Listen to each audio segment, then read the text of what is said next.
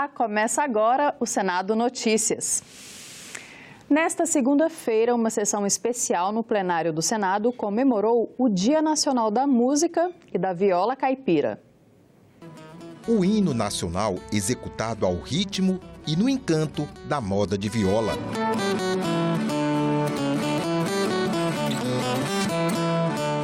A contadora de história Niédia Genari e uma narrativa saborosa. Nosso Senhor, quando andava pelo deserto a rezar, gostava de ouvir São Pedro na viola pontear. E Catulo fez um modé à viola, disse ele: eu amo tanto a viola que chego a ser extravagante. Durmo com ela abraçado para ter sonhos delirantes. Agora, em 2019, completam-se 90 anos da primeira gravação da chamada música caipira, Jorginho do Sertão, do pioneiro Cornélio Pires. Essa tradição musical revelou ao país nomes como Tonico e Tinoco, Inesita Barroso, Rolando Boldrin, Pena Branca e Chavantinho e tantos outros. São Paulo e Minas Gerais carregam um traço inigualável de ter a música tocada com a viola caipira. Também o estado de Goiás carrega essa essência. Nesses estados, a vida no campo se fazia com a viola, com a música aos fins dos dias, para que pudéssemos então ter aquele momento de alegria. Me associo pela aprovação do projeto de lei que institui o dia 13 de junho como Dia Nacional da Música e da Viola Caipira, que está em tramitação na Comissão de Educação, Cultura e Esporte. Um Brasil resistente a ecoar autenticidade, tradição, apego às coisas da terra, simplicidade e que sofre preconceito, discriminação, descaso. O Brasil deve um pedido de desculpa aos caipiras. Este execrável preconceito levou Cornélio Pires a escrever, aspas, da cidade ou do sítio, o caipira é sempre prejudicado pelo seu excesso de modéstia. É que em nossa terra, cheia de magníficas inteligências, parece que toda a gente é obrigada a ter talento. Daí o pouco caso a que são votados homens que brilhariam em outras terras. O sujeito que não tem cultura, que não conhece a história do seu país, é desaculturado. Ele é cidadão de lugar nenhum. Eu sou mineiro do pé rachado, brasileiro, caipira, sei o que sou e o que quero. Então eu tenho identidade. Tem gente que não sabe de que lado que ele está. Eu sei qual é o lado. E o nosso lado é a música caipira. A música é a cultura de nosso povo e de nossa gente. Tem que ter espaço, tem que ter investimento e, sobretudo, reconhecimento. Essa sessão solene traz esse reconhecimento, mas falta-nos o investimento para manter essa cultura de raiz tão importante para o nosso país. A sessão plenária da segunda-feira não teve votações. Os senadores aproveitaram para fazer discursos sobre assuntos que vêm chamando a atenção do país, como a reforma da Previdência. Já o senador Eduardo Gomes anunciou afastamento. A reforma da Previdência deve chegar ao Senado logo após o recesso parlamentar e já motiva mais discursos no plenário da Casa. O Senado acompanhou o trâmite da reforma da Previdência. Nós debatemos a questão aqui entre nós e por isso mesmo nós estamos preparados e teremos condições de examinar a reforma com rapidez possível. É uma reforma que atende aos interesses do governo, em primeiro lugar.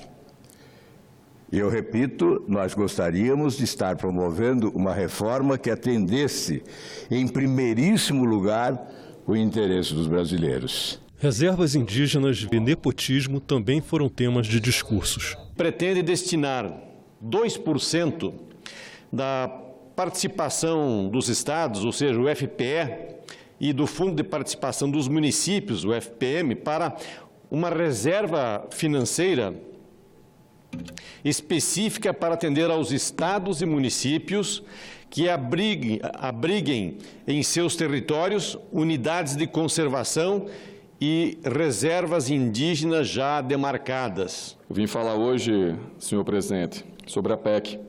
A PEC é essa do nepotismo que já estou coletando assinaturas, que todos aqui presentes, senador Elmano, Lazier, Eduardo, senador Exalci, Todos que já tiveram contato assinaram, por não concordarem com essa prática.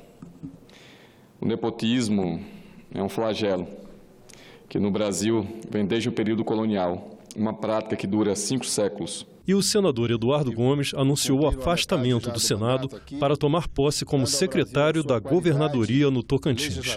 Quem vai assumir o cargo no Senado será o suplente Siqueira Campos, que já foi governador daquele estado por 4 vezes. Teremos então, senhor presidente, a oportunidade de ver aqui nesse plenário o Siqueira Campos e muito mais do que um cargo eletivo, mas ter o prazer de dizer ao Brasil inteiro que pela primeira vez, e talvez única da história, nós teremos a oportunidade de ver um brasileiro constituinte que cria um Estado voltar ao Congresso Nacional 30 anos depois para contar a sua saga, dizer o que foi, o que precisa ser feito, mas principalmente dizer que é preciso acreditar na atividade política.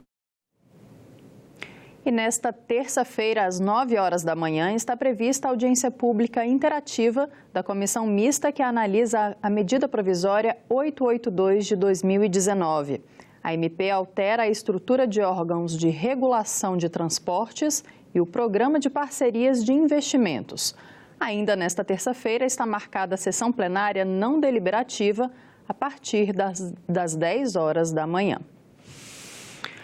Uma proposta em análise no Senado pretende revogar a lei da alienação parental, aquela que pune com a perda da guarda o responsável que age para colocar a criança contra um de seus genitores. O argumento é que a lei tem brechas para que crianças e adolescentes sejam submetidos a abusos sexuais. Esta juíza defende a lei. Ela diz que a inversão da guarda ocorre diante da alienação parental severa e depois de um longo processo. E afirma que a lei não é contra as mulheres. Temos mães que jogam seus bebezinhos no rio, temos mães que violam seus filhos, temos mães que mentem, assim como também temos pais que cometem grandes atrocidades e malefícios aos seus filhos. Falar em revogar a lei da alienação parental é falar em retrocesso, é falar em retirar das mulheres o direito de ocupar espaços públicos compartilhando a guarda com os pais dos seus filhos. É escravizar a mulher ao espaço privado, que a afasta do trabalho, da escola, dos poderes de decisão. Mas estas advogadas afirmam que muitos pedófilos estão utilizando a lei para conseguir a guarda e depois cometer abusos. Nós temos gravação de psicólogas combinando quais seriam os preços que os pais pagam para colocar que é alienação parental e não abuso. Nós temos áudios de pessoas dentro dos grupos combinando que precisa dar mais dinheiro e porque a maioria são pedófilos. Como podemos, senhoras e senhores, pedir, não só pedir, obrigar uma criança que foi vítima de abuso sexual a voltar a conviver com seu estuprador? Esta outra juíza afirma que a lei é importante e que também pune homens. Nós temos pais alienadores. A sua mãe não presta, né? A sua mãe arrumou outro macho. Ela acha que a revogação completa seria um retrocesso. Se há uma possibilidade de prejudicar mães que denunciam eventuais abusadores, então, vamos propor, por exemplo, uma suspensão de qualquer processo de alienação parental até a investigação do processo crime. O projeto que pede a revogação da lei da alienação parental está na Comissão de Direitos Humanos e ainda vai passar pela Comissão de Constituição e Justiça. A relatora é a senadora Leila Barros. Como parlamentar incumbida dessa missão, eu tenho que escutar todos os lados. É mexer com famílias, é mexer com sentimentos e, acima de tudo, com a proteção das nossas crianças. E como mãe, isso também mexe comigo, porque sou mãe, sou mulher e quero entregar um relatório mais preciso. E, obviamente, a gente não vai agradar gregos e troianos, mas vocês podem ter certeza que eu acordo, durmo, vivo diariamente junto com a minha equipe, buscando mesmo ser o mais justa possível dentro desse relatório. A reforma da Previdência deve ser votada no Senado no segundo semestre. O texto foi aprovado em primeiro turno na Câmara dos Deputados no último dia 10 de julho, por 379 votos favoráveis e 131 contrários. Mas a proposta de emenda à Constituição ainda precisa passar por um segundo turno de votação antes de ser enviada ao Senado. A previsão é de que os deputados votem o segundo turno da reforma no dia 6 de agosto. Desde a aprovação, os deputados votaram 12 destaques e emendas apresentadas pelos partidos, ação criticada por alguns senadores. Que esta reforma passe com honestidade e não com bilhões em emendas, como ocorreu na Câmara, por coincidência, durante a votação da reforma da Previdência. Das emendas apresentadas, 4 foram aprovadas com mudanças nas regras para aposentadoria de policiais, cálculo de benefícios para as mulheres, em idade mínima para professores e em tempo de contribuição mínima para homens. As principais regras aprovadas foram o aumento do tempo para se aposentar, o limite do benefício à média de todos os salários, a elevação das alíquotas de contribuição para quem ganha acima do teto do INSS e regras de transição para os atuais assalariados. Em relação ao texto encaminhado pelo governo, ficaram de fora a capitalização e mudanças na aposentadoria de pequenos produtores e trabalhadores. Em relação ao pagamento do benefício de prestação continuada ao idoso ou à pessoa com deficiência, foi mantido no texto constitucional o parâmetro de renda mensal per capita familiar inferior a 1/4 do salário mínimo. Os deputados deixaram de fora estados e municípios. O texto é motivo de polêmica entre os senadores. Eu espero, em primeiro lugar, que nós da oposição tenhamos mais sucesso na nossa ação de resistência e de busca por derrubar essa proposta, porque ela representa um aprofundamento, né, das desigualdades no Brasil, ela prejudica especialmente as pessoas mais pobres, mais humildes. A minha expectativa é que este é um assunto já por demais discutido e debatido na sociedade, debatido na Câmara e aqui no Senado, e que rapidamente nós iremos votá-la aqui no Senado. Assim que o texto for aprovado na Câmara, segue para análise do Senado. O presidente Davi Alcolumbre disse que a apreciação do texto na Casa deve levar 45 dias. Existe a possibilidade dos senadores incluírem os servidores públicos estaduais e municipais na reforma da Previdência por meio de uma segunda proposta de emenda à Constituição. Caso isso aconteça, o texto principal da reforma poderá ser aprovado pelos parlamentares no próximo semestre, sem alterações. Governadores de diversos estados estiveram em Brasília para falar sobre o assunto. Já há um entendimento, governo, Câmara, Senado, governadores, que é a parte da cobertura do déficit da Previdência. Ou seja, os estados aceitam que receitas que a Câmara está discutindo sobre a partilha, aquilo que for receita dos estados, ser destinado para a cobertura do déficit da Previdência. Eu acho que isso é um grande ganho para o Brasil. A melhor solução é uma reforma da Previdência profunda que atinja estados, municípios e a União.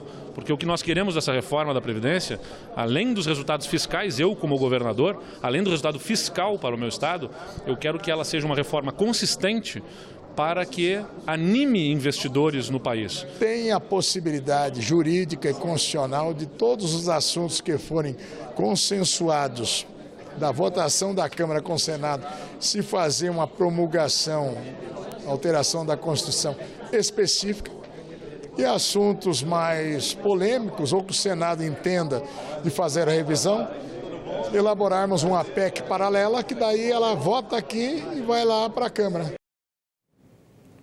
A presidente da Comissão de Constituição e Justiça fez um balanço dos trabalhos do primeiro semestre e falou das expectativas do colegiado para a segunda metade do ano. Entre elas, a entrega da reforma da Previdência ao plenário do Senado em setembro. A senadora Simone Tebet, primeira mulher a presidir a comissão mais importante do Senado, acredita que depois que a reforma da Previdência chegar à casa, a CCJ deve analisar a proposta de emenda à Constituição em, no mínimo, 3 semanas. Eu estou dizendo, dentro de um calendário razoável. Agora, os líderes podem, é importante dizer isso, os líderes podem, numa reunião, deliberar um prazo menor. A gente ainda vai sentar e vai sentir o clima do Senado para ver o quanto nós podemos encurtar esses prazos. Porque eu não vejo como entregar a reforma para o plenário em menos de 3 semanas. Eu não sei nem quando que a Câmara vai mandar. Segundo a senadora, se o Senado quiser alterar algum ponto do texto que vem da Câmara dos Deputados, isso deve ser feito por uma PEC paralela ou por projeto de lei, caso da possível inclusão de estados e municípios na reforma. O que eu acho que não passa na Câmara, se nós colocarmos na PEC principal estados e municípios. E acho que polui, fica confuso para a sociedade, promulga a PEC como um todo, na integralidade. O que quiser se alterar, faz uma PEC paralela. Que eu acho que hoje, a única coisa que poderia avançar no Senado, de diferente da Câmara, seria a inclusão de estados e municípios. Não sei se outra coisa, nesse momento, passaria aqui. Provavelmente, na primeira sessão do Senado, já vai ter senador colhendo assinatura em relação à PEC paralela. Ela só não precisa ter um calendário tão especial. Qualquer alteração que for feita, não vai ser uma alteração que tem impacto financeiro. Depois da aprovação da PEC que muda as regras de aposentadoria dos brasileiros, a Comissão de Constituição e Justiça deve se concentrar no pacote anticrime e na reforma tributária. Simone Tebet também criticou atitudes do atual governo. É a falta de uma visão maior mesmo de país, né? Muito preocupado muito com essa questão ideológica, com uma pauta de costumes, de falar para o seu eleitorado em alguns pontos específicos de promessa de campanha que ele tem 4 anos para cumprir, não precisa cumprir todas agora, e com isso a impressão que eu tenho é que ele tá administrando no varejo, quando o Brasil precisa de atacado. Mas eu acho que o maior erro dele é querer ir contra as instituições democráticas. Esse é o maior erro dele.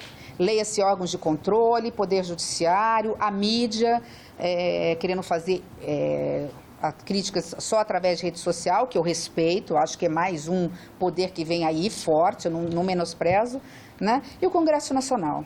A presidente da CCJ fez um balanço de todo o trabalho da comissão no primeiro semestre. Foram 35 reuniões, 10 audiências públicas, 17 sabatinas e mais de 300 propostas apreciadas. Os números recordes falam por si só. Um Senado ávido por trabalhar, um Senado ciente de que o Brasil tem pressa e, consequentemente, a comissão, que é o coração e o pulmão da casa, que fornece, inclusive, os principais projetos para serem votados em plenário, essa comissão fez a sua parte. Nós avançamos em todas as áreas. O especial Cidadania, publicado pelo Jornal do Senado nesta terça-feira, traz as propostas em tramitação no Senado que aumentam as penas para crimes violentos. A jornalista Fernanda Vidigal tem mais informações. Nos últimos meses, o noticiário brasileiro mostrou uma série de crimes bárbaros, como o caso do menino Juan Maicon, de 9 anos, que foi esfaqueado, queimado e esquartejado pela própria mãe. Para a senadora Soraya Tronic, o assassinato de Juan faz parte de um quadro que exige mudanças nas regras de isolamento de criminosos. O especial Cidadania mostra que, seguindo essa abordagem, tramitam no Senado 2 propostas. Uma delas, do senador Lazier Martins, altera a Constituição para prever regime integralmente fechado para condenados por crimes hediondos cometidos com violência. A outra, da senadora Elisiane Gama, tem o mesmo texto do pacote anticrime do ministro Sérgio Moro e prevê que condenados por crimes hediondos, quando houver morte da vítima, só poderão progredir para o regime semiaberto depois de cumprir 3/5 da pena. As mudanças sugeridas são polêmicas e devem mobilizar os senadores no próximo semestre. O especial Cidadania é publicado às terças-feiras no Jornal do Senado. Uma proposta recém-aprovada pelos senadores e que aguarda a sanção presidencial pode agilizar e baratear o processo de regulamentação de imóveis urbanos. O autor do projeto é o senador Irajá, que falou com a jornalista Renata de Paula sobre o assunto. Olá! Regularizar uma casa exige uma série de documentos, é um processo caro e, normalmente, lento. Nós vamos conversar sobre o assunto com o senador Irajá, do PSD do Tocantins, autor de um projeto de lei que pode agilizar e baratear esse processo. Seja bem-vindo, senador. Muito obrigado pela oportunidade. Senador, o que o projeto que o senhor apresentou, quando deputado ainda na Câmara, né, ele já foi aprovado pelo plenário do Senado, provavelmente vai ser convertido em lei, né, o que esse projeto muda em relação à legislação atual? Bom, primeiro, esse projeto levou 4 anos para que ele pudesse tramitar na Câmara e ser terminativo agora no Senado. Aprovamos ontem, de forma unânime, todos os senadores apoiaram esse projeto de minha autoria. E esse projeto ele é muito simples. Nós temos um passivo no Brasil de 7 milhões de casas populares, de pavimento térreo, unifamiliar e que são casas de interesse social. E essas casas foram construídas ao longo de décadas e nunca foram legalizadas. E aí muitos perguntam, mas por que as pessoas não fizeram de forma regular? Foi porque não quiseram, porque tinham mal intenção? Não, pelo contrário. A pessoa, ela sempre que pode, ela quer fazer de forma normal, de forma regular. Só que para isso, você paga taxas altíssimas, você tem que fazer uma construção de acordo com o plano diretor da cidade e isso muitas vezes inviabiliza a construção da casa. Por isso que as pessoas fazem no peito, como a gente costuma dizer, fazem na tora. E aí foram criando essas casas ao longo, durante todas essas décadas, em todos os estados brasileiros, e chegou ao ponto que nós estamos diante de 7 milhões de casas que precisam ser regularizadas. Para regularizar, é mais inviável ainda, porque tem que pagar multa, você tem que mexer na construção, isso inviabiliza para as famílias de baixa renda. Então, nós nunca iríamos solucionar esse passivo. Por isso, eu tomei a liberdade, a iniciativa de apresentar esse projeto, que ele apenas dispensa o habite-se na hora do cidadão ir no cartório e averbar a sua casa dentro do seu terreno particular. Com isso, ele sai da ilegalidade, da informalidade e vem para o mercado formal. Vai permitir ele tirar um financiamento habitacional para reformar a casa, melhorar a sua condição de vida. Ele vai poder vender o imóvel para um terceiro que quer financiar, muitas vezes na hora de comprar, não tem capital para comprar a casa.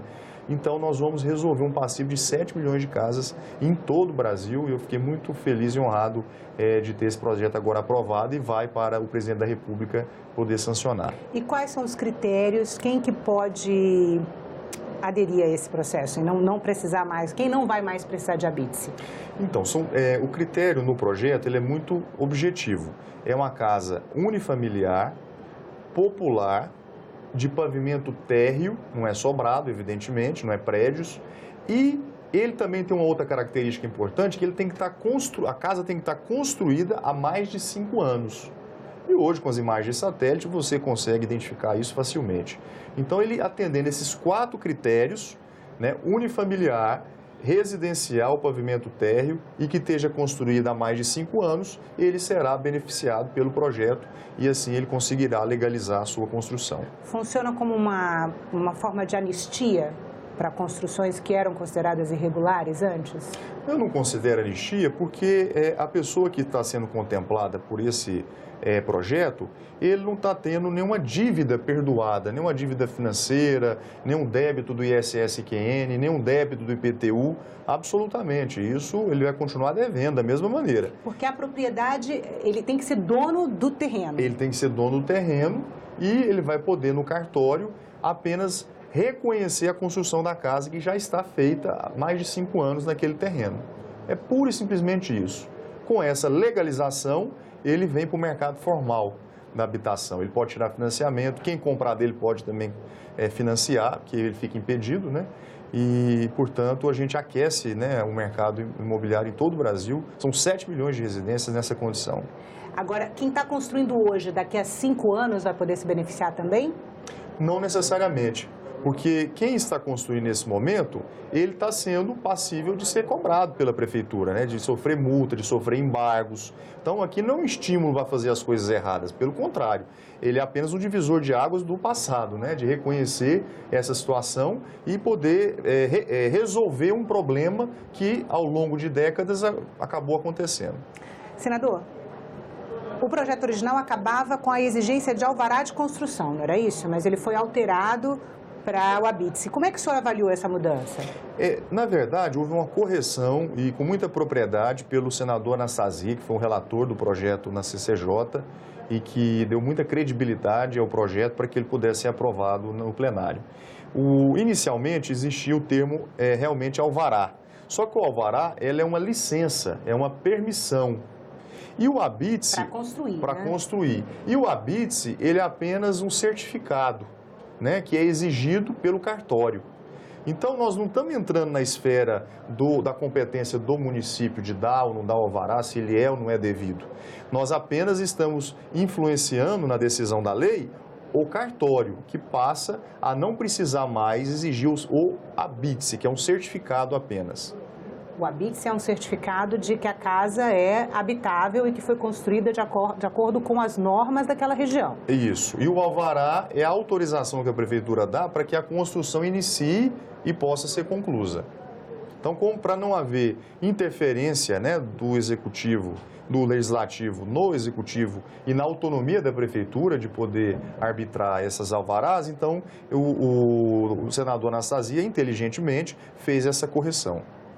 Mas, senador, em relação à regularidade dessas construções, à segurança dessas construções, o que o senhor imagina que vai acontecer em não sendo exigido, né, o habite-se para... Nós tivemos uma preocupação bastante relevante quanto a isso. É por isso que a gente delimitou para casas pequenas, casas populares, que fosse um pavimento térreo, né, e que não fossem casas grandes ou que tivessem áreas sensíveis, em costas, em morro. Né, mas logicamente. Existe essa restrição no projeto? Sim, porque o terreno sendo do particular e ele precisando averbar isso dentro do terreno dele é um dos requisitos. Porque se ele tiver, por exemplo, numa área que a prefeitura esteja desapropriando ou considerada de interesse público, ou mesmo que sejam áreas que tenham sofrido alguma intempérie da natureza, ele já não poderá, ele estará impedido juridicamente de fazer essa legalização da sua moradia. Agora, aí porque ele já não tem nem a legalização do terreno, não é isso? O que acontece é que os 5 anos que nós estabelecemos como critério é um marco do tempo que se a casa que foi construída, a pessoa está morando, residindo, debaixo de sol, debaixo de chuva, de vento, se ela não caiu em 5 anos, dificilmente a casa, né, vai ter algum tipo de dano físico, né, ou estrutural. O senador Espiridião Amin apresentou um voto em separado, né, contrário ao projeto. Ele disse que, sem o habite-se, a construção vai seguir irregular e corre o risco de ser demolida, né? Como é que dá segurança jurídica aos compradores dessas casas, a essas milhões de casas que vão entrar no mercado? Bom, o objetivo, como eu disse, é você pegar casas que já estão construídas, já estão consolidadas há mais de 5 anos, portanto, passaram, né, pelo teste maior, né, que é a chuva, o sol, o vento e todo tipo de intempérie que acontece em 5 anos. Se essa casa não sofreu nenhum dano, né, um dano estrutural, se o telhado não caiu, se a parede não quebrou, eu acho que esse é a maior segurança, né, de quem está comprando pode ter. Não adianta ter um belo projeto, bonito na teoria, né, no papel, se na hora da execução ele não for bem feita. No que o senhor se inspirou para apresentar esse projeto, senador? Olha, foi a aflição de tantos brasileiros, milhões de brasileiros que gostariam de sair da informalidade e ir para a legalidade, de ter uma vida melhor, podendo reformar a sua casa, podendo proporcionar à sua família uma condição melhor de poder viver. Todos esses fatores me estimularam muito a apresentar esse projeto. Senador, muito obrigada pela entrevista. Imagina, obrigado também. Ficamos por aqui. Você pode rever as reportagens desta edição na nossa página na internet, senado.leg.br/TV. Muito obrigada pela companhia. Continue sintonizado aqui na TV Senado.